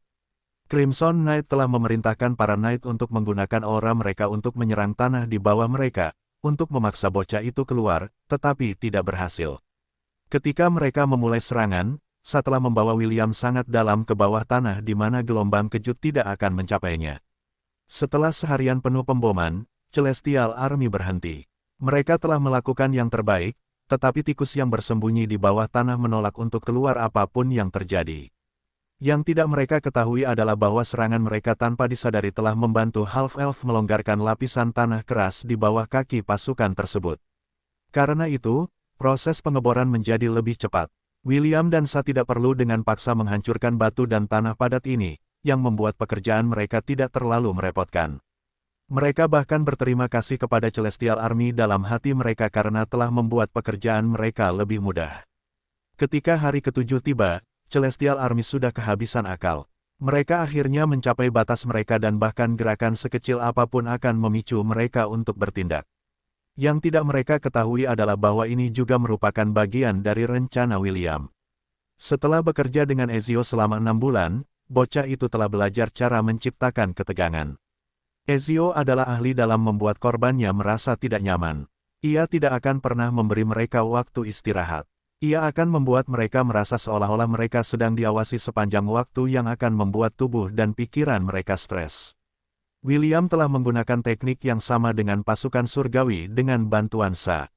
Setan pasir akan membuat bagian-bagian tertentu dari tanah berguncang, terangkat, dan menciptakan awan debu yang akan mendorong pasukan untuk pergi dan menyelidikinya. Pasukan surgawi telah lelah dengan gangguan ini dan mengabaikan gerakan acak dari tanah ini. Ketika matahari akhirnya terbenam, dan kegelapan menutupi wilayah itu, mata William terbuka. Senyum jahat muncul di wajahnya saat ia membuka bungkus lollipop hitam sebelum memasukkannya ke dalam mulutnya. Sudah waktunya, tanya Sa. Ia kemudian berdiri dan menyilangkan lengan di depan dada. William mengangguk, saatnya pertunjukan. Tanda hubung tanda hubung tanda hubung tanda hubung tanda hubung. Mungkin itu hanya kebetulan, tetapi pada hari ketujuh, ketika William memutuskan untuk melaksanakan rencananya, tidak ada bulan di langit. Medan perang di sekitar gerbang surgawi diselimuti kegelapan, dan hanya cahaya di dalam portalnya yang dapat terlihat sejauh bermil-mil. Seorang ksatria emas menguap untuk melepaskan kelelahan yang terpendam di dalam tubuhnya. Tak lama kemudian, lebih banyak lagi orang menguap di medan perang saat prajurit lainnya menyerah pada naluri tubuh mereka. Mereka mengatakan bahwa menguap itu menular. Ketika satu orang menguap, semua orang juga akan menguap. Setelah sang ksatria emas selesai menguap, ia merasakan sesuatu menepis. Tubuhnya, seperti angin sepoi-sepoi. Sang ksatria mengamati sekelilingnya, tetapi tidak melihat sesuatu yang mencurigakan. Mengira bahwa ia hanya berkhayal, ia kembali berjaga untuk mencegah half-elf melewati gerbang surgawi. William perlahan berjalan menuju gerbang surgawi dengan langkah mantap. Lollipop di dalam mulutnya adalah lollipop hitam yang memungkinkannya menggunakan kemampuan pasif jubah kegelapan. Selama lollipop itu berada di dalam bibirnya, ia dapat menggunakan penutup malam untuk bergerak tanpa terdeteksi. Tentu saja, keterampilan ini memiliki keterbatasan. Individu yang kuat, yang mampu melihat melalui ilusi dan suhu akan dapat mendeteksinya dengan segera. Untungnya, tidak ada satupun ksatria yang ia lewati memiliki kemampuan ini. Perlahan-lahan, jarak antara William dan gerbang surgawi berkurang. Ketika ia hanya beberapa ratus meter dari gerbang, langkah William menjadi lebih lambat. Ia berusaha semaksimal mungkin untuk menciptakan kebisingan sesedikit mungkin untuk mencegah orang lain mendeteksi kehadirannya. Itu adalah salah satu hal yang dipelajarinya dari Ezio selama pelatihannya, dan sejauh ini, semuanya berjalan lancar sampai Ako, salah satu penjaga bersin dan semua orang melihat ke arahnya. Celestial Knight merasa malu dan menundukkan kepalanya untuk meminta maaf kepada atasannya. Namun, sebelum dia sempat mengangkat kepalanya, bersin lain terdengar tepat di sampingnya. William buru-buru menutup hidungnya, untuk mencegah dirinya bersin sekali lagi. Sangat disayangkan bahwa ketika penjaga bersin, dia bersin tepat di wajah William, yang membuat hidung half-elf itu gatal. Tubuh half-elf itu menegang saat dia tetap diam. Beberapa detik kemudian, beberapa aura membasahi tubuhnya, membuatnya kaku. William mendesah saat dia mengeluarkan lollipop dari dalam mulutnya. Penutupnya sudah terbongkar, jadi tidak ada gunanya menyembunyikannya. Kau tahu, kau seharusnya menutup hidungmu saat bersin. William mengomel pada Knight yang bersin di wajahnya. Kau tidak punya sopan santun. Ksatria langit itu menyeringai sambil mengangguk, maaf. Aku akan melakukannya lebih baik lain kali. Itu yang seharusnya kau lakukan. William menyeka wajahnya menggunakan bajunya. Ia kemudian memberikan senyum menyegarkan kepada ksatria langit yang telah mengelilinginya sebelum melambaikan tangannya. Sampai jumpa. Para ksatria itu mendekat dan menebas William dengan senjata mereka, tetapi bocah itu tetap tidak bergerak. Ketika serangan mereka mengenai tubuh bocah itu, tubuhnya ambruk dan berubah menjadi tumpukan pasir. Dia di sini, teriak Kapten Ksatria Langit. Bocah itu di sini. Para kapten yang kuat dari setiap regu mengaktifkan aura mereka dan mengamati sekeliling mereka. Setelah 7 hari menunggu, target mereka sekali lagi muncul. Quickshot War Art, Fusion Form. Suara William bergema menakutkan di kegelapan malam.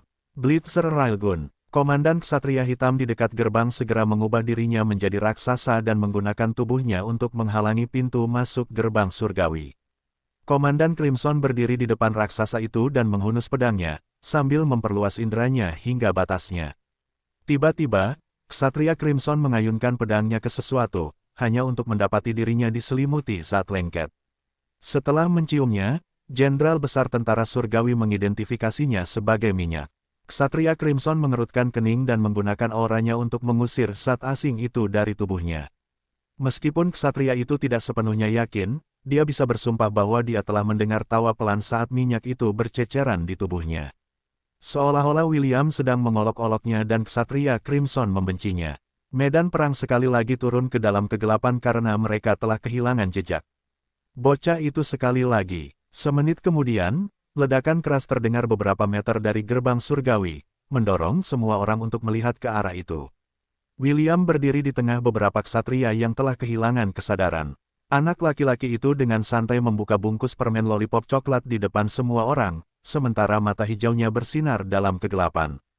Dia kemudian mengarahkan tongkatnya ke gerbang surgawi dan berkata, "Seni perang tembakan cepat bentuk fusion." Suara William bergema menakutkan di malam yang gelap. Senjata rel Blitzer. William menghilang dari tempatnya berdiri dan ksatria merah segera pergi untuk memblokir lintasannya. Namun, tidak ada yang terjadi. Segera, beberapa suara keras bergema di seluruh medan perang dan semuanya mengatakan hal yang sama. Seni perang tembakan cepat, bentuk fusion. Suara William bergema menakutkan di malam yang gelap. Senjata rel Blitzer. Beberapa suara mendesing mengikuti setelahnya dan beberapa proyektil terbang menuju gerbang surgawi dari kegelapan malam. Mereka yang memiliki indera yang kuat mampu menemukan benda-benda terbang ini, dan pergi untuk mencegatnya. Tiba-tiba, cahaya putih yang menyilaukan turun ke medan perang. Cahaya itu berasal dari proyektil terbang yang coba dicegat oleh komandan pasukan surgawi. Itu adalah lollipop putih pekat yang telah disatukan oleh William, untuk menciptakan cahaya menyilaukan yang kuat yang memaksa para ksatria untuk menutup mata mereka. Beberapa cahaya ini muncul di medan perang pada saat yang sama, yang memaksa para pembela untuk melindungi mata mereka sejenak, karena intensitasnya. Namun, apa yang terjadi selanjutnya membuat para dewa dan pahlawan abadi menahan napas karena terkejut.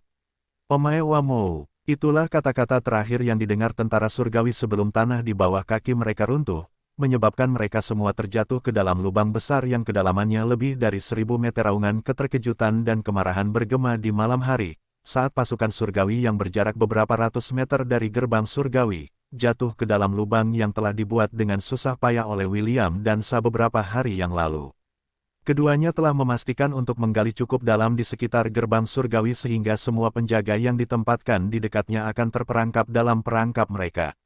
Ini juga mencegah ksatria surgawi lainnya, yang ditempatkan lebih jauh dari gerbang surgawi, untuk memperkuat rekan-rekan mereka dari bocah yang saat ini melayang di udara, berkat kemampuan Sa. Ketika perangkap mereka aktif, William melemparkan beberapa lollipop kuning ke arah raksasa yang menghalangi gerbang surgawi dengan tubuhnya. Lollipop itu tampak begitu tidak berbahaya, sehingga raksasa itu mengabaikannya, dan memfokuskan perhatiannya pada bocah yang melayang di langit. Saat salah satu lollipop kuning mengenai tubuhnya, kekuatan yang kuat membuatnya terhuyung, memaksanya untuk mengambil langkah mundur. Kekuatan lollipop kuning itu adalah mantra knockback, yang mirip dengan Magnum Burst milik William. Satu-satunya perbedaan adalah mantra ini tidak menghiraukan ukuran dan kekuatan musuh. Selama mantra itu mengenai target itu akan terdorong mundur terlepas dari seberapa kokoh atau kuatnya target itu. Si raksasa ingin memulihkan keseimbangannya, tetapi William telah mengatur waktu dengan sempurna untuk interval lemparan lollipop yang dia lakukan. Bahkan bisa dikatakan bahwa saat lollipop pertama mengenai si raksasa, nasibnya sudah ditentukan. Si raksasa terpaksa mundur beberapa langkah hingga seluruh tubuhnya melewati gerbang surgawi. Lily, yang sedang menyaksikan William menggunakan kekuatan keilahiannya, melompat seperti seorang vandal dan mengangkat tinjunya yang kecil sambil meneriakkan.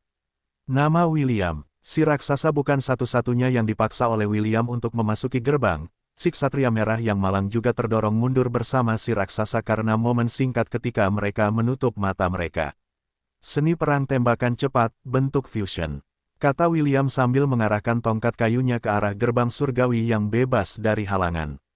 Blitzer Railgun. Sebelumnya, William meneriakkan kemampuannya untuk membuat para ksatria surgawi panik.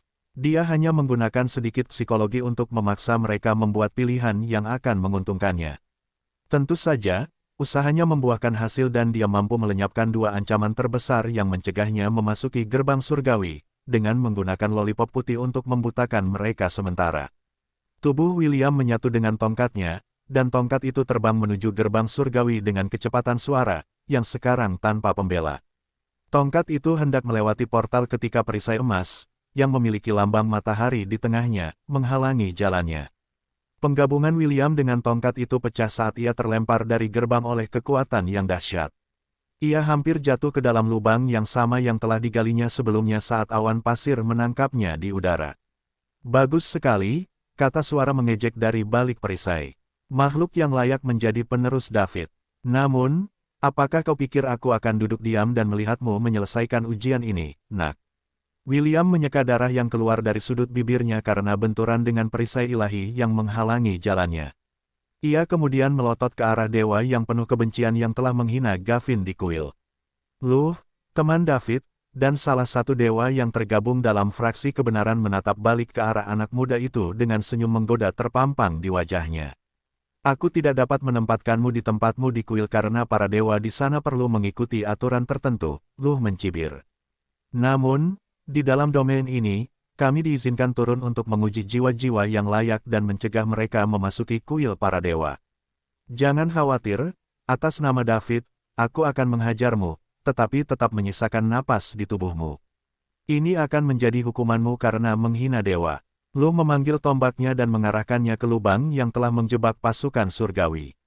Seketika, tanah terangkat membawa para ksatria kembali ke permukaan. Para prajurit yang kebingungan menatap William sebelum menatap dewa yang berdiri tepat di depan gerbang. Dasar bodoh, apa yang kalian lihat? Luh mengejek. Tangkap bocah itu dan hajar dia untukku. Ya, begitu Luh memberi perintah, para prajurit mengaktifkan aura senjata mereka dan menyerang William pada saat yang bersamaan. Menghadapi ribuan serangan energi dari segala arah, saburu-buru menarik William menjauh, mencegah serangan itu mengenai bocah itu. Namun, para ksatria surgawi yang bisa terbang telah mengambil tindakan dan menyerang bocah itu di udara. Seni perang tembakan cepat, bentuk fusion.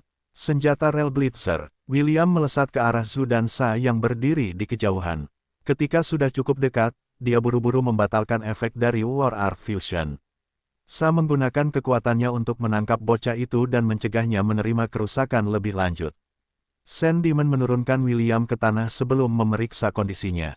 Zhu, di sisi lain, berdiri di depan keduanya dan mengangkat penggaruk di tangannya saat dia mengambil posisi bertarung. Demonic Peak tahu bahwa Celestial Army tidak akan membiarkan bocah itu pergi setelah rasa malu yang mereka derita di tangannya. Meskipun William dan dia mengalami awal yang sulit, Zhu telah mengakui tekad dan kegigihan bocah itu. Dia juga mengutuk Dewa Bajingan, Luh, di dalam hatinya karena menindas seorang anak. Zhu tahu bahwa pertempuran tidak dapat dihindari, tetapi dia tidak keberatan. Meskipun dia dan Sa tahu bahwa tidak ada harapan untuk menang melawan pasukan surgawi, mereka tidak akan hanya berdiri diam dan membiarkan William dipukuli di bawah pengawasan mereka. Tanda hubung tanda hubung tanda hubung tanda hubung. Sementara itu di kuil para dewa. Dasar bajingan, Lili meraung marah. Aku akan menghajarmu habis-habisan. Keilahian Lili meledak dari tubuhnya saat dia bersiap untuk turun ke wilayah surgawi. Karena Luh telah menghina Gavin, dan mencoba menyerang William, Dewi Loli telah menambahkan Dewa Matahari ke daftar hitamnya. Meskipun dia termasuk dalam fraksi netral, itu tidak berarti bahwa dia akan membiarkan dewa lain menindas anak laki-laki yang telah dia berikan keilahiannya. Issei telah menghunus belati di tangannya dan matanya dingin dan membunuh. Sama seperti Lili, ia juga berencana untuk turun dan menusuk Dewa Bajingan yang berani menindas adiknya. William memaksakan diri untuk berdiri dengan menggunakan tongkat kayu di tangannya. Ia tahu bahwa ujiannya akan segera berakhir, tetapi ia tidak mau membiarkannya berakhir seperti ini. Paling tidak, sebelum semua tulang di tubuhnya patah, ia akan berusaha sekuat tenaga untuk menghantamkan tongkatnya ke wajah dewa. Itulah satu-satunya cara yang dapat dipikirkan William untuk menghapus senyum sombong di wajah Luh yang menyebalkan. Lili dan Issei hendak turun ke domain surgawi ketika David mengulurkan tangan untuk meraih lengan mereka. Tunggu, kata David, jangan pergi. Diam, orang tua, Lili memprotes. Aku tidak peduli jika Luh adalah temanmu. Aku akan menghajarnya habis-habisan. David, lepaskan aku, kata Issei tanpa menoleh untuk melihat temannya. Dia sudah memutuskan untuk bertarung dengan Luh dan membuatnya membayar atas kesombongannya. Aku mengerti bahwa kalian berdua marah, tetapi jika kalian pergi, ini hanya akan meningkat menjadi perkelahian antar dewa, jawab David tegas. Jika salah satu dari kalian turun ke sana sekarang, seluruh fraksi kebenaran akan mengikuti. Ini bukan hanya akan menjadi 2 lawan 1, seperempat dewa di kuil juga akan terlibat. Jadi, tanya Issei balik. Kali ini dia berbalik untuk menghadapi David. Jadi bagaimana jika ini menjadi perkelahian besar-besaran? Jika mereka mengirim 100, aku akan menusuk 100. Jika mereka mengirim 1000, aku akan menusuk 1000. David mendesah, tetapi cengkeramannya pada lengan kedua temannya tetap kuat. Ini adalah waktu yang kritis bagi William. Tunggu saja sebentar. Tunggu apa? Lily menghentakkan kakinya dengan marah. Menunggu dia dikeroyok. Dewi Loli adalah salah satu dewa yang paling menggemaskan di kuil, tetapi ketika dia marah, dia seperti musang madu yang tak kenal takut yang bahkan akan menyerang seekor singa. Tolong, demi William, percayalah padaku, jawab David. Jika kau pergi ke sana, dia akan kehilangan kesempatan sekali seumur hidup. Issei mengerutkan kening, tetapi tidak bergerak untuk melepaskan tangan David dari lengannya. Dia melirik anak laki-laki berambut merah itu sambil mencengkeram belati di tangannya dengan lebih kuat. 10 menit, kata Issei. Jika tidak ada yang terjadi dalam 10 menit, aku akan pergi ke sana. David mengangguk. Oke, tunggu saja 10 menit. Lily mendengus, tetapi dia sudah memanggil tongkat permen di tangannya. Karena Issei telah berkompromi, dia juga akan melakukan hal yang sama. Namun, setelah 10 menit, bahkan jika David memohon, dia akan turun ke domain surgawi dan menamparkan wajah Luh menggunakan tongkat permen di tangannya. Sang raja memegang cangkir anggur di tangannya dan tetap diam sepenuhnya. Dia menatap medan perang seolah-olah mengingat waktu di masa lalu yang jauh. Masa lalu ketika dunia masih berperang satu sama lain dan para dewa memandang rendah manusia dan makhluk abadi. Tanda hubung tanda hubung tanda hubung tanda hubung tanda hubung. Ketika Celestial Knight pertama turun dari langit, Zhu meraung dan melambaikan Nine-Toothed Rake di tangannya untuk menciptakan tornado. Para Knight yang terbang tersedot bersama dengan para prajurit di tanah. Zhu mungkin adalah Peak Demon sekarang, dan kehilangan sebagian besar keilahiannya, tetapi dia pernah menjadi jenderal besar tentara surgawi yang melayani Kaisar Langit. Dia masih memiliki kartu as di balik lengan bajunya dan 100 ksatria emas tidak akan mampu mengalahkannya. Bisakah kau bergerak, William? Tanya Sa. Ya, jawab William. Maaf karena melibatkanmu dan Zhu dalam kekacauan ini. Sa mendengus saat ia menghadapi pasukan yang mendekati lokasi mereka. Pasukan ini tidak akan membiarkan satupun dari kita pergi, jadi kukatakan kita akan maju terus. Aku setuju, saudaraku. Zhu menyeringai. Pemandangan ini mengingatkanku pada saat kita melawan monster-monster dari jurang. Darahku mendidih. Oing. Sa terkekeh karena ia teringat peristiwa yang dibicarakan Zhu. Memang, pertempuran itu adalah pertempuran yang tak terlupakan karena peluangnya tidak berpihak pada mereka. Meski begitu, Zhu dan dirinya berhasil lolos dengan selamat dan kembali ke Istana Surgawi untuk menerima hukuman dari Kaisar. Dengar, William, kami akan membuka jalan untukmu, kata Sa. Jangan khawatirkan kami, fokus saja untuk mencapai gerbang itu. Kau mengerti, ya? Jawab William dengan tekad. Karena Zhu dan Sa bersedia membantunya, ia tidak akan menolak tawaran mereka. Ia hanya menyalurkan auranya di tongkat kayunya dan mempersiapkan diri untuk bertarung sampai mati. Maju, Zhu meraung saat ia memimpin barisan depan. Ia melambaikan penggaruknya ke kiri dan kanan dan membuat para ksatria surgawi beterbangan seolah-olah mereka adalah daun kering yang sedang dibersihkan oleh penggaruk di tangannya. Tiba-tiba, semuanya menjadi gelap saat jutaan anak panah beterbangan ke arah mereka. Sa meraung dan memanggil pasir dari kendi di belakang punggungnya, untuk membentuk kubah tanah guna melindungi mereka dari hujan anak panah. Anak panah itu menancap di kubah yang bergerak, membuatnya tampak seperti landak raksasa, tetapi 3 orang di bawahnya tidak terluka. Beberapa detik kemudian, Sa menghilangkan kubah bumi dan memanipulasi pasir untuk berputar di sekitar mereka. Mereka melihat puluhan ribu prajurit yang menyerbu ke arah mereka seperti segerombolan belalang. Zhu memperbesar ukurannya hingga ia menjadi babi iblis raksasa setinggi 4 meter. Matanya bersinar merah saat ia memasuki mode amarahnya. Ia menerobos pasukan di depannya seperti tank, mengayunkan penggaruknya dengan maksud membantai semua yang ada di jalannya. Tentu saja, Sa dan William juga tidak tinggal diam. Mereka bertempur berdampingan dengan Zhu dan memukul mundur pasukan surgawi dengan kemampuan terbaik mereka. Para dewa dan pahlawan abadi terkesan dengan kecakapan tempur mereka dan bahkan berpikir bahwa mereka mungkin bisa menang. Sayangnya, keberanian dan tekad saja tidak dapat mengatasi perbedaan jumlah. Seperti segerombolan semut, mereka mengalahkan lawan mereka 400.000 lawan 1. Yang pertama jatuh adalah Zhu. Meskipun iblis babi bertarung dengan gagah berani, musuh-musuhnya juga bukan orang yang mudah dikalahkan. Tidak ada seorang pun di pasukan surgawi yang lemah. Mereka juga merupakan pejuang hebat saat mereka masih hidup, dan mereka tetap memiliki keterampilan mereka bahkan setelah mereka meninggal. Orang kedua yang gugur adalah Sa. Dia melakukan yang terbaik untuk melindungi Zhu dan William dari serangan gencar yang kejam, tetapi salah satu ksatria hitam yang selamat mampu menembus pertahanannya dan memberikan pukulan yang kuat ke dada iblis pasir. Setelah itu, giliran William yang menderita. Pasukan surgawi menjepitnya dan memberikan pukulan yang tak terhitung jumlahnya ke tubuhnya, yang membuat Lily meraung marah. Di tengah pemukulan, tekad William tidak pernah goyah. Dia bertarung, mati-matian, bahkan menggigit tangan mereka yang menjepitnya dengan giginya yang berdarah. Pada saat itulah serangkaian kata muncul di dalam benaknya. Sambil mencengkeram tongkatnya, William berteriak dan melepaskan Magnum Burst yang membuat para ksatria di sekitarnya terbang. Celah kecil itu segera tertutup saat para ksatria yang marah menyerangnya dengan mata merah. Hancurkan semua tembok yang berdiri di hadapanku.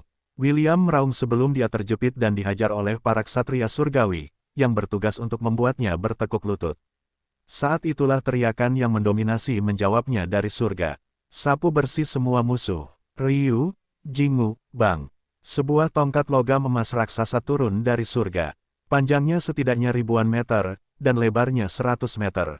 Tongkat itu menciptakan gelombang kejut yang kuat yang meledakkan semua ksatria surgawi yang menjepit William, Zhu, dan Sa, ke tanah. William terengah-engah dan membuka matanya yang telah bengkak karena pukulan itu. Meskipun masih gelap, ada semacam cahaya keemasan yang memungkinkannya melihat sekelilingnya. Hal pertama yang dilihat oleh half-elf itu adalah punggung seseorang. Itu tidak sebesar punggung kakeknya, tetapi William merasa bahwa ini adalah punggung yang tidak akan membungkuk kepada siapapun. Dia kemudian mengangkat pandangannya dan melihat tongkat logam emas yang bersinar terang dalam kegelapan. Anak laki-laki itu menyadari bahwa dari sanalah cahaya itu berasal. Seolah merasakan tatapannya, orang itu berbalik untuk menatapnya. Meskipun penglihatan William agak kabur, dia entah bagaimana bisa mendeteksi bahwa ujung bibir orang di depannya melengkung membentuk seringai. "Siapa namamu, Nak?" Sebuah suara jenaka bertanya. William memaksa bibirnya yang berdarah untuk terbuka saat dia mengucapkan namanya. "William, namaku William, yang mulia." Tawa kecil keluar dari bibir orang itu saat dia berjongkok untuk menawarkan tangan yang terulur kepada William. Karena kedekatan orang itu, William dapat melihat fitur wajahnya. Saat itulah dia menyadari bahwa orang yang datang menolongnya bukanlah manusia. Itu adalah seekor monyet dengan mata emas yang tampak berkobar seperti api di tengah kegelapan. "Namamu bagus, Nak," jawab monyet itu. "Mulai sekarang, kau bisa memanggilku saat kau membutuhkannya." Monyet itu memasang ekspresi nakal di wajahnya saat ia meraih tangan William, menjabatnya dengan kuat. "Yang mulia, siapa namamu?" tanya William. Meskipun ia memiliki firasat bahwa ia sudah mengetahui identitas pahlawan legendaris ini, ia tetap berani bertanya untuk memastikan kecurigaannya. Aku tidak lain adalah Raja Monyet Tampan," monyet itu berkata dengan nada menggoda. "Sang bijak agung yang setara dengan surga. Satu-satunya, Sun Wukong."